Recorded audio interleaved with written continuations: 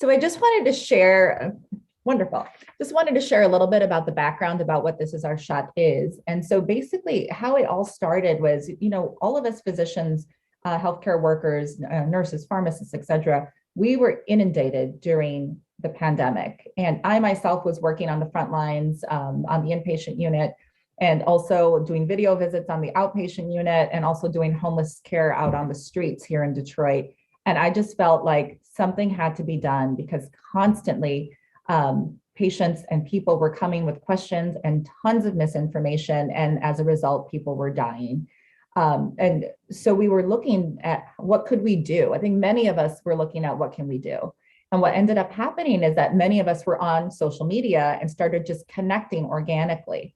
And so when we started connecting organically, we thought we should do something where we can elevate the voices of healthcare heroes, because what was being heard on the news was sensationalization and not a lot of expertise coming from actual physicians who were actually working in the wards. There was a lot of coverage of stories, but not really about medical information. So This Is Our Shot came to be as our hashtag for this grassroots organization that's come together to elevate the voices of healthcare heroes.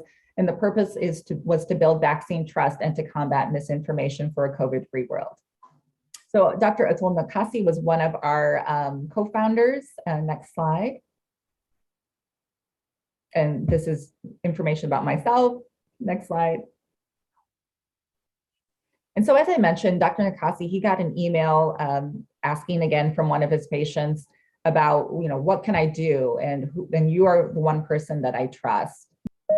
And these are just examples of messages that I got on Facebook Messenger from various people, from people, from friends, from family, from friends of friends that were sending me messages. So I'll give you an example. It says, "Good morning, doctor. I have a question, a COVID question. My nieces and nephews have been reluctant to get vaccinated. A couple had COVID and believe they don't need to get vaccinated. Others simply don't want to. We all have known and unknown health concerns.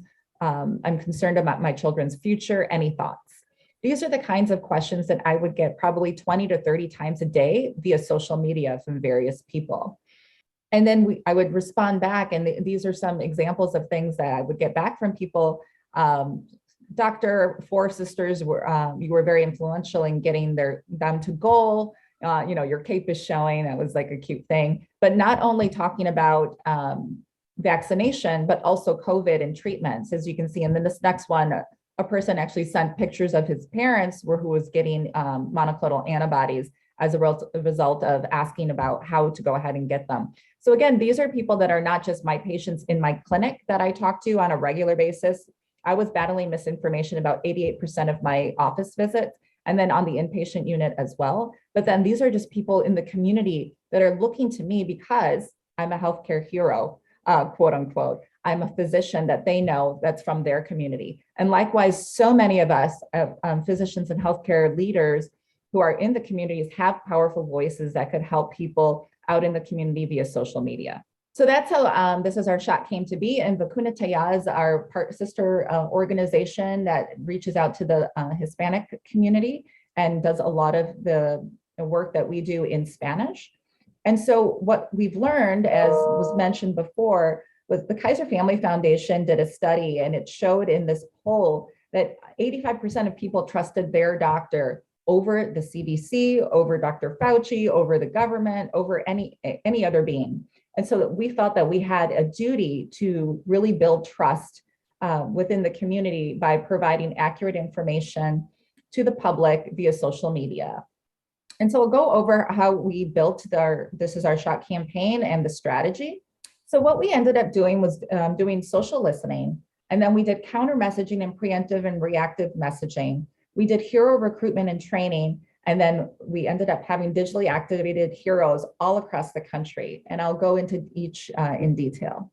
So with social listening, what we ended up doing was the CDC was giving out reports in terms of vaccine information. In addition, Project Vector and the Virality Project were also places that were doing research on the vaccine and vaccine messaging and anti-vax messaging.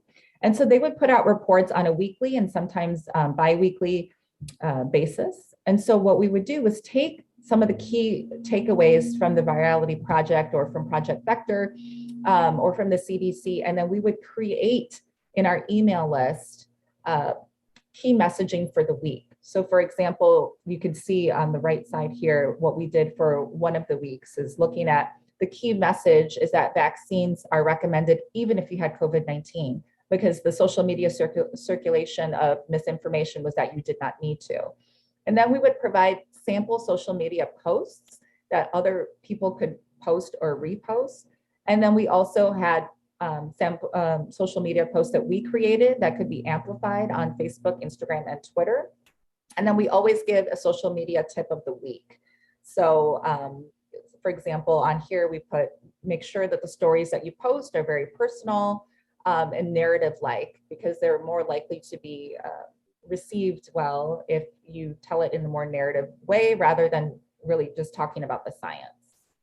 So then we started doing hero recruitment, and this happened very organically. So like I said, Atul actually reached out to me via a Facebook Messenger and said, hey, I see that you do a lot of work on social media. Would you like to join this movement? And there was about 15 of us that came together and just started reaching out to our colleagues and friends that we knew were in the healthcare sector and started having weekly meetings. And in these weekly meetings, we would provide updates of what we knew about the vaccine and what we knew about the COVID-19 itself. And then we'd also review the virality data and other research studies that were coming up. And then organically, through the connections of the people that we had, we started getting organizations involved. So anywhere from people from March for Science to Google to other members of big organizations, physician-run organizations like the AAFP, which is the American Academy of Family Physicians. So we started bringing all these people on board, and it would have every 2 weeks, we would have a coalition meeting that would then bring all these people together. And then we were able to start recruiting really good speakers.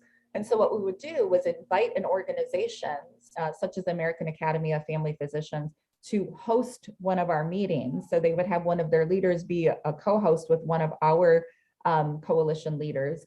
And then we would have a person that would give a talk.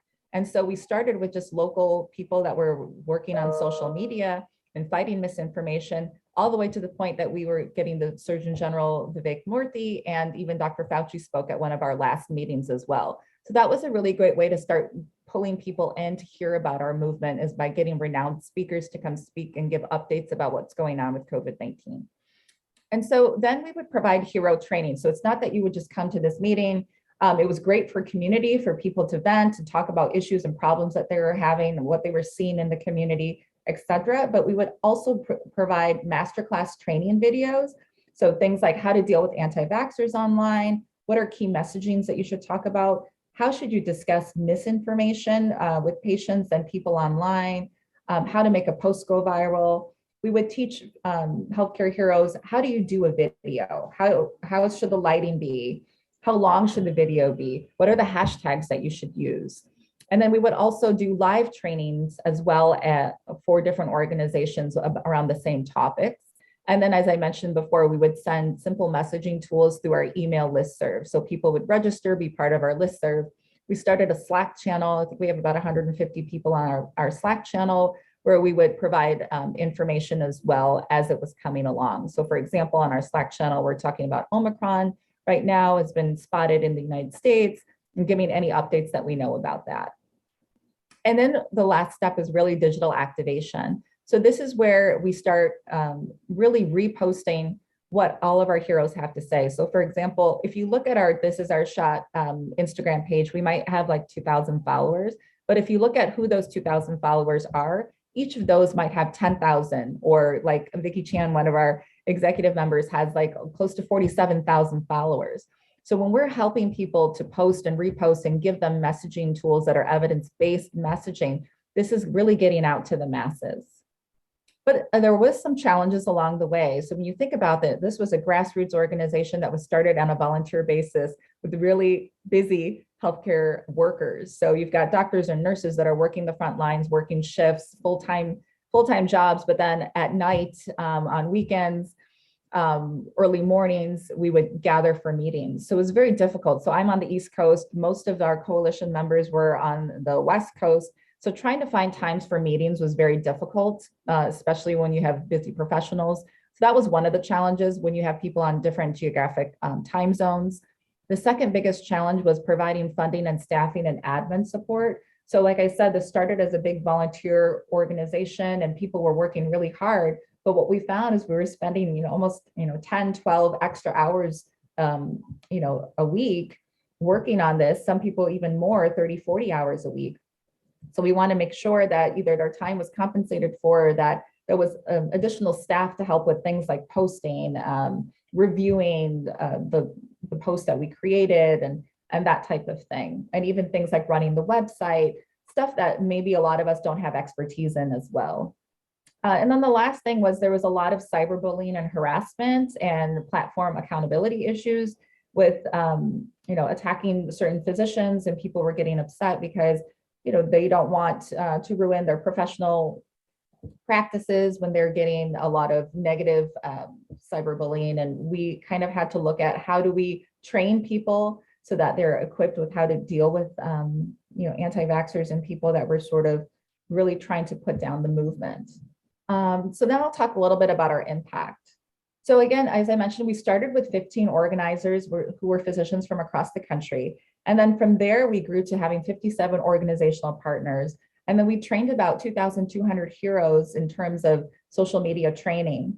And then we ended up having over 25,000 digitally activated heroes in our network, using our hashtags, using our social media posts. And we have about 1.3 billion digital impressions, more than that, actually. And so I think it's pretty cool, as starting with 15 people to be able to reach out to 25,000 healthcare heroes across the country, and then even with Canada and Mexico as well. And like I said, people want to hear from their doctors. If you remember the first slide, it was people asking me individual questions, people asking Dr. Nakasi individual questions. And so if you imagine all the physicians across the United States getting these types of questions and being able to provide answers and having a streamlined way of getting answers, and posting and reposting and not having to spend time trying to reinvent the wheel, it was pretty impactful.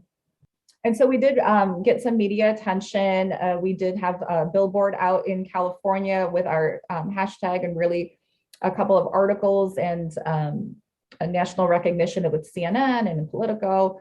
And again, the purpose of that was really just to elevate, again, the voices of healthcare heroes who are working on the front lines and seeing COVID firsthand, people who are actually out immunizing people, seeing people who had, who were vaccinated, were not vaccinated, admitted, et cetera, really talking to the public more so than just the reporters.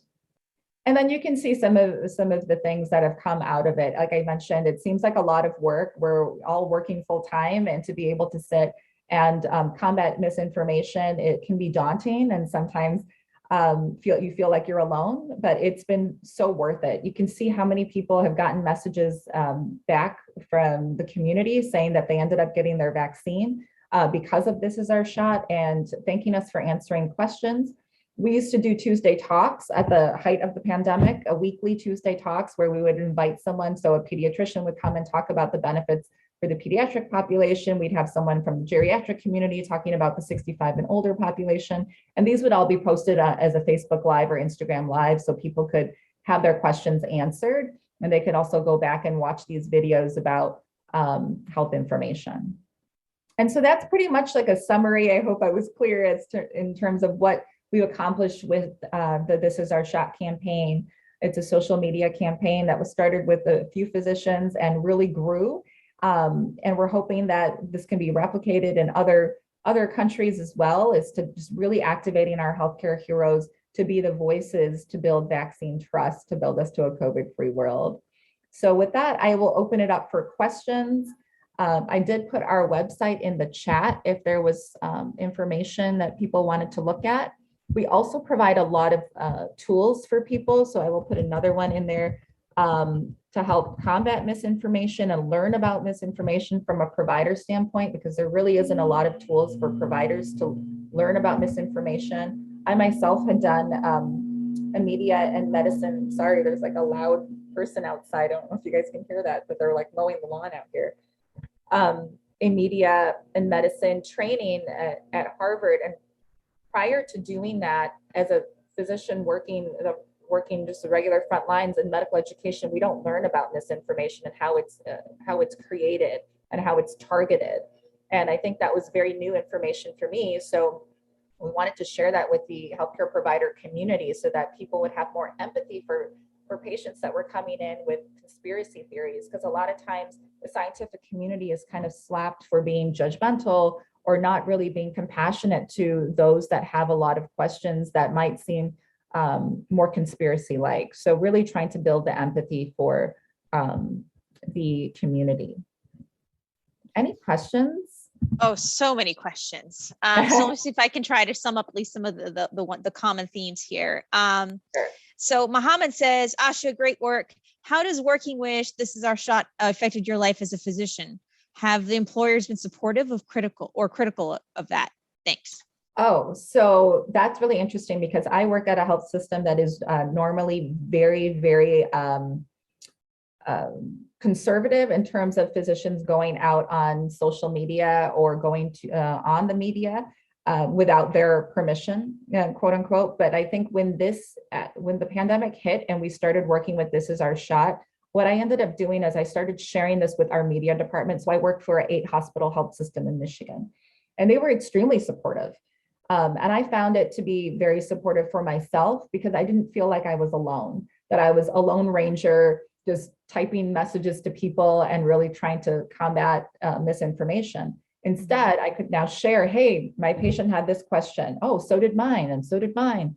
So you felt like you had support in a community in a time that we felt so burnt out. And I ended up getting a lot of support from my healthcare institution, which I was surprised of, to be honest. And most of the colleagues who do work for big institutions ended up just really talking to their healthcare institution that this is a global, or not global, and more of a national movement. And that we gained a lot of credibility by saying that we have over 100 physicians on one of our first calls from different specialties across the nation. And so I think really that's a different strength to bring forth, is that we've got people from all over working together. And I think it was a very beneficial thing for me. And that's why we still continue to do it. We're all on still a volunteer basis. And it's so funny because you can't really get rid of us. Like, we're looking for infrastructure to help fund us, but like we're all still there, like doing things for the movement because we're so passionate about it. That's amazing to hear. And so there are a few questions here about internally within This Is Our Shot, what techniques and tools are there being used for social listening, if any? And I think there also was questions here related to possibility of message automation and amplification. So I guess my questions are like, beyond just the individual outreach and posts that members of This Is Our Shot are doing, what are some of the other tools that the organization is using to get the message out there, or to understand how people's questions and concerns are bubbling to the surface? So we have been getting a lot of research from our partner organizations. So for example, the Kaiser Family Foundation, or from the Virality Project, as I mentioned. And so these are Stanford, different organizations that we all may have connections to that are providing data and messaging. And so when you are looking, so what we'll do is so we have a core coalition meeting with like over 100 to 200 doctors. And then we have a weekly executive meeting. And in those executive meetings, we'll start reviewing some of the messaging that's been out there and some of the research and data from our partner organizations. And you'll see a common theme throughout of, for example, okay, this is what's going on with Omicron. And so then that's where we gather our information from. And that's how we're able to make the counter suggestions of counter messaging and the message of the week and that sort of thing. I don't know if that answered that question. I think so. I think that gives people kind of a sense of how the strategy of how you go about prioritizing messages every week. Yeah. Um, So we look at consistent messaging from various organizations, and it does seem to be usually the same message from like, we have three that we normally use. And again, we pick those just based off of or like our organic connections that people had. So I think if you're trying to do this in your own places, looking at organizations that provide weekly updates of current misinformation, groups that are already tracking messaging, and like counter messaging, that's a good way of getting that information out to other healthcare heroes. That's great. And I think related to that question about message, so there's two questions here. One is from Brent, who basically is asking, how do you go about having a consistent message? I think you kind of talked about that, how that strategy kind of takes place week to week, but Brent is more specifically asking, how do you kind of balance like the personal questions of like, I have this allergy and should I get the vaccine, for example? Like, how do you kind of mediate between the specific query and a question that might be out there versus just being broadly consistent with messaging? So I think we kind of tackle both, and we leave it up to, so that the beauty of the This Is Our Shot campaign is that every physician is different, or every healthcare worker is different, and they have their own personalities, they have their own way of saying things, and they have their own communities. So when we provide the consistent messaging of this is the weekly post of what we suggest could be addressed, people can post that, but then also most of our posts will say, DM me for questions, and then we'll individually answer questions. Or if we do a Facebook Live, people will ask questions and then we can answer those directly. So it's kind of a marriage between both. So having the consistent messaging actually prompts questions a lot of times. And that's what we want to do, because those that are in that movable middle of wanting to get vaccinated, they have questions, but they may not know what to ask. And then the more they hear, the more it prompts questions, the more they get their questions answered, the more likely they are to feel comfortable to get vaccinated. So it's sort of a balance of doing both. And we always let people, they can take our messaging, they can change our messaging. The purpose is really not for branding. The purpose is really just to get the message out there. And the more that we have physicians with consistent messaging, the better it is, because as we know, it's very confusing out there with all the information that people get. Absolutely. And, and so Liz is asking some really interesting questions here related to the physicians and the healthcare types that kind of join the movement. Do you recruit healthcare professionals to directly address certain misinformation, i.e. holistic doctors to address vaccine hesitancy in all natural individuals? Or, on the flip side of that, have you experienced any pushback from medical professionals, such as people who might be healthcare workers who might be not seeing the benefits of vaccination and maybe not actively promoting it? How did you handle that? Yeah, so with our speakers, so twice a month, or now it's down to once a month, we would invite speakers with specialties. So for example, in the United States, there was a lot of people, according to data, that were white male Republican that were not getting vaccines. And so we invited a person who was a white male Republican that was well known, who did end up getting vaccinated, and kind of talking about the concerns of that community. So we would pick people who had expertise in different areas with these Tuesday talks and then our coalition meetings. So that way people could get their questions answered based on expertise. And then in terms of the healthcare heroes that are not willing to get engaged or not interested, we haven't had, luckily, too many people or anyone come in and just sort of berate us in any of our meetings.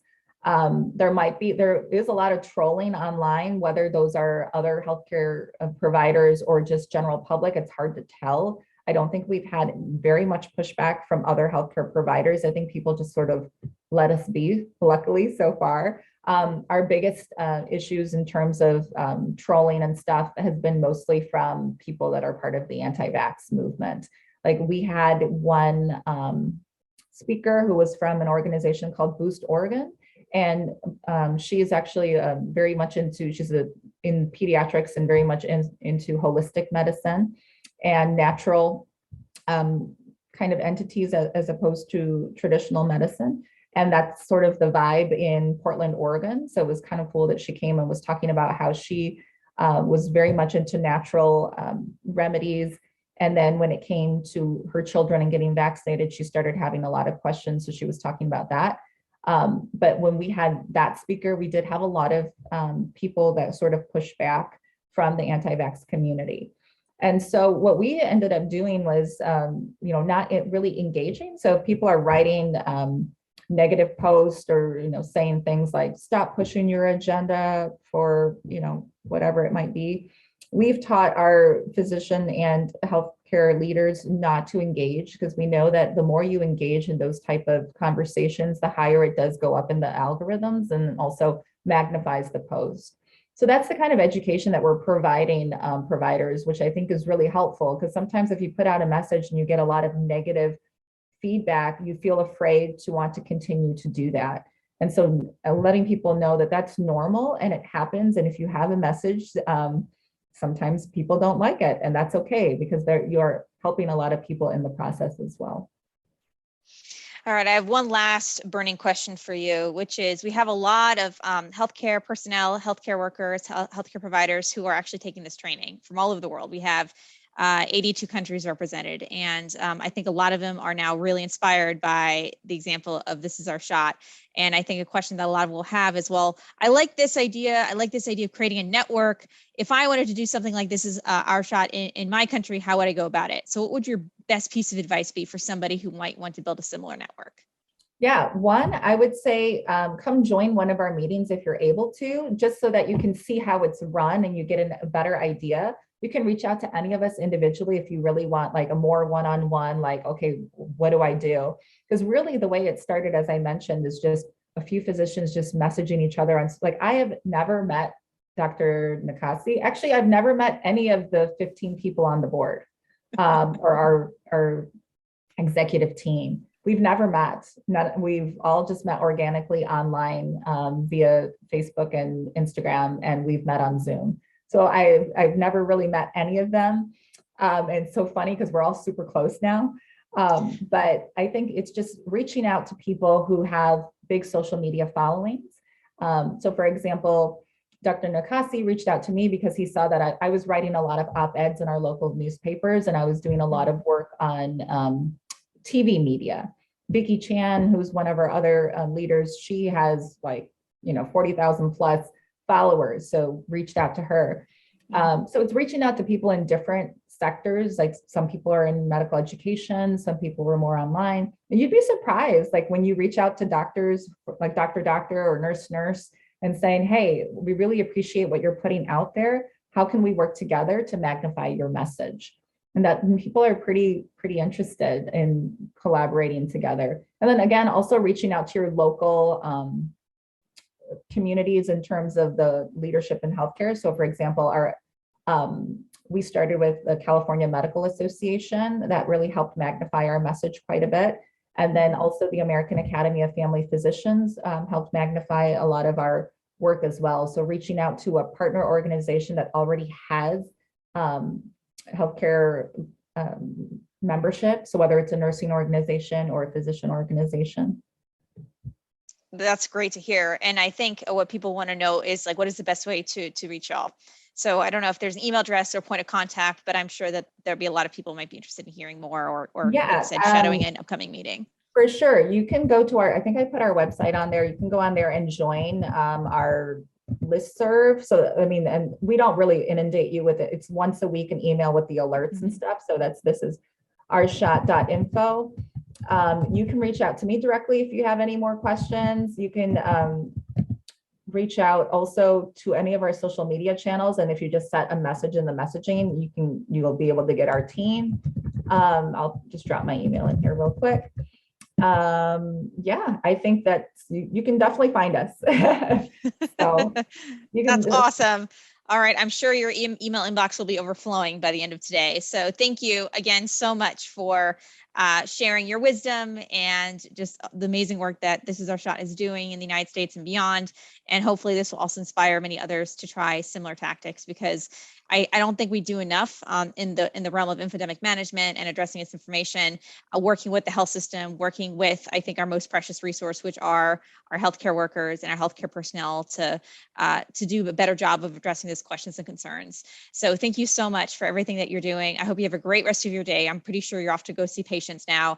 Mhm. But we really appreciate your time and look forward to a continued dialogue on this topic in the future. And hopefully there'll be more opportunities for you to tell the story to others globally, because I think it's a really important way of thinking about how can we work with healthcare workers in this space.